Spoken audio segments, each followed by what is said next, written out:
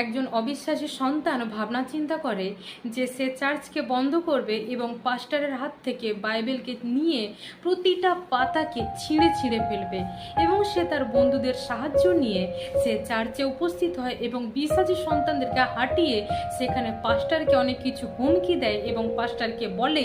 যে আমি তোমাকে আজ্ঞা দিচ্ছি, আমি তোমাকে আদেশ দিচ্ছি যে তুমি তোমার বাইবেলকে আমাকে দাও, আমি প্রতিটা পাতাকে ছিঁড়ে ছিঁড়ে বাইবেলকে পুরোপুরিভাবে বন্ধ করে দেব, পড়াটা বন্ধ করে দেব এবং তুমি ভালো মতো করে তোমার বাড়িতে চলে যাও। তখন পাস্টার একটা শর্ত তাকে দেয় যে আমি তোমাকে একটা শর্ত দিচ্ছি যে তুমি বাইবেলের প্রতিটা পাতাকে ছিঁড়ো, ঠিক আছে, কিন্তু তুমি প্রতিটা পাতার বাক্যকে পড়ে তারপরে তুমি ছিঁড়ে ফেলে দাও। তো তখন সেই অবিশ্বাসী সন্তান সেই শর্তে রাজি হয় এবং সেই পাস্টার তার বাড়িতে চলে যায় এবং এদিকে অবিশ্বাসী সন্তানও তার বাড়িতে চলে যায়। বেশ 5 থেকে 6 বছর পরে সেই পাস্টারের দিকে একটি নিমন্ত্রণ আসে অন্য একটি চার্চ থেকে এবং সে পাস্টার সে নিমন্ত্রণকে রক্ষা করার জন্য অন্য একটি চার্চে যায়,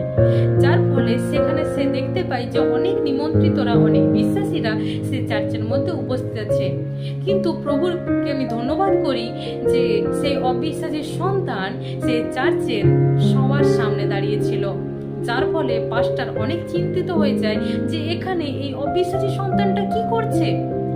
কিন্তু সে সময়ের অপেক্ষা করছিল যে সে অবিশ্বাসী সন্তানটার সাথে যেন একটা বারের জন্য হলেও কথা বলতে পারে। এবং দেখুন, যখন টিফিনের সময় হলো তখন সে অবিশ্বাসী সন্তানটির সাথে সেই পাস্টার কথা বললো যে আরে তুমি এখানে কি করছো, তুমি কি এখানেও কোনো সমস্যা করতে এসেছো, কেন এসেছো তুমি এখানে? তো তখন সে অবিশ্বাসী সন্তান কি বললো জানেন? সে অবিশ্বাসী সন্তান বলল যে পাস্টারজি, আপনি যে আমায় বলেছিলেন যে ঠিক আছে তুমি বাইবেলের প্রতিটা পৃষ্ঠাকে ছিঁড়বে কিন্তু তুমি প্রতিটা বাক্যকে পড়ে ছিঁড়বে, এটা তো আপনি বলেছিলেন। তখন সেই পাস্টার বলছে হ্যাঁ আমি তো বলেছিলাম, কিন্তু তুমি কি প্রতিটা পাতাকে ছিঁড়ে ফেলোনি? তো তখন সে অবিশ্বাসী সন্তানটি বলে হ্যাঁ আমি প্রতিটা পাতাকে ছিঁড়ে ফেলেছিলাম, যখন আমি মথি সুসমাচার পড়ি ছিঁড়ে ফেলেছি, মার্ক সুসমাচার পড়ি ছিঁড়ে ফেলেছি, লুক সুসমাচার পড়ি ছিঁড়ে ফেলেছি, কিন্তু যখন থেকে আমি যোহন সুসমাচার পড়তে থাকি তখন থেকে আমার হৃদয় পরিবর্তন হয়ে যায় এবং এমন এক শান্তি,